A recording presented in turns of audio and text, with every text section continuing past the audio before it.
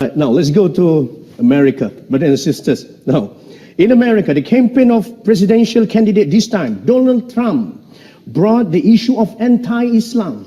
And surprisingly, brothers and sisters, this campaign has a big support of public. Dr. ذاكر Naik.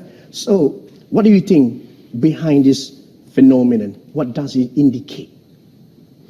No, I believe that we find that anything which is popular, they do have enemies.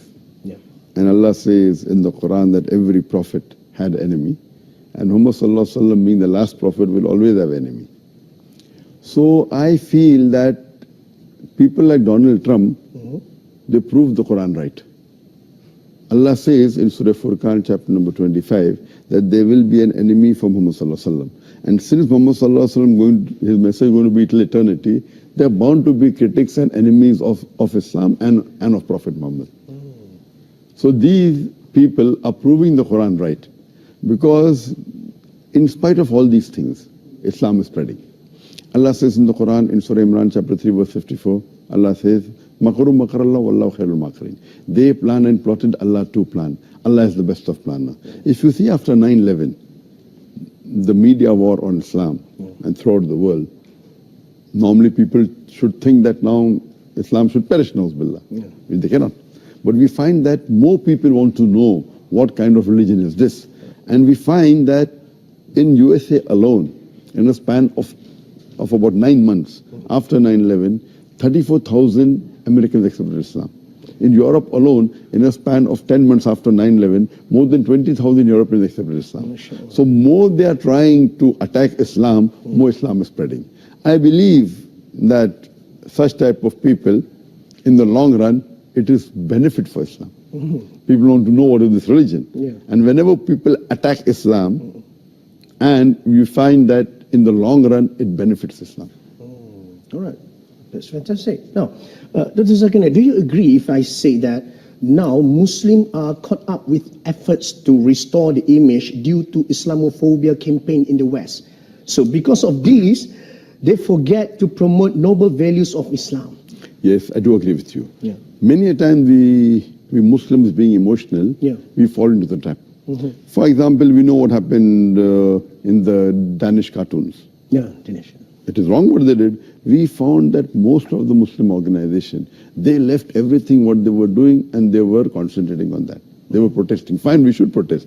But that doesn't mean that we stop our activity. So if an organization was suppose doing 100 points work, they focus all their attention on replying to the Danish cartoon, and out of 100, they only do 5 points work. So imagine if all the organization do that, it will be a loss for the Muslim Ummah. What we require, there should be specialized organization to take care of this. And I've given a talk on this, how this should be dealt. What we do, we become emotional. Fine, we disagree with it. But don't become so emotional that whatever positive work you are doing, you also stop that. So if he is attacking Islam, we don't leave everything. You leave everything and you only go and reply to that. I mean, for example, as I told you earlier, that anyone that is popular, they're bound to be criticism on him. I mean, for example, if you go on the Google and if you type my name, there'll be about approximately 15 million websites which has my information. I would say approximately 15 to 20% would be against me. So when a person gets popular, there are bound to be enemies. Initially, I had a perception that when anyone gets popular, the percentage of enemy remains the same. For example, if there are 100 followers, then 1 is enemy. If you have 1,000 followers, then 10 is enemy. If you have 1,000,000 followers, then there will be 10,000 enemy. The 1% remains the same, or 2%, or 10%, what the percentage, it remains the same. But later on, I realized that it's not like that.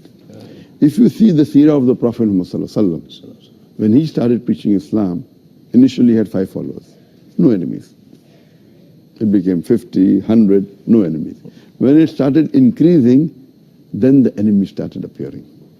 Today, the most popular human being in the world is Muhammad Sallallahu Alaihi Wasallam. Even according to Michael H. Hart, even according to non-Muslims, the most influential human being in the world is Muhammad Sallallahu Alaihi Wasallam. Today, if you know that there are about 1.8 billion Muslims, and maybe another 100 more million maybe non-Muslims who may be liking Muhammad sallallahu alaihi wasallam, you can say 2 billion Muslims who may be liking Muhammad sallallahu alaihi wasallam. But those who are against Muhammad sallallahu alaihi wasallam will be more than 2 billion. Yeah. So because of the popularity, then the percentage of enemies keep on increasing.